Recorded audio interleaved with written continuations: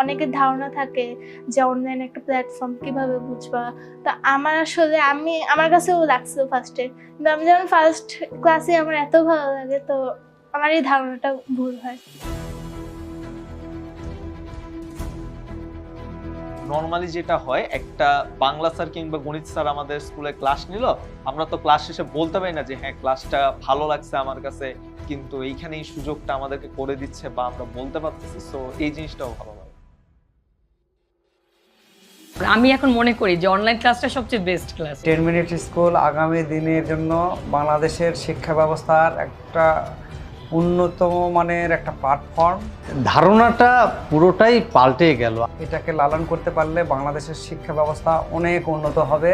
এত সুন্দর অ্যারেঞ্জমেন্টের মাধ্যমে টিচাররা তাদের ক্লাসগুলো নিচ্ছে।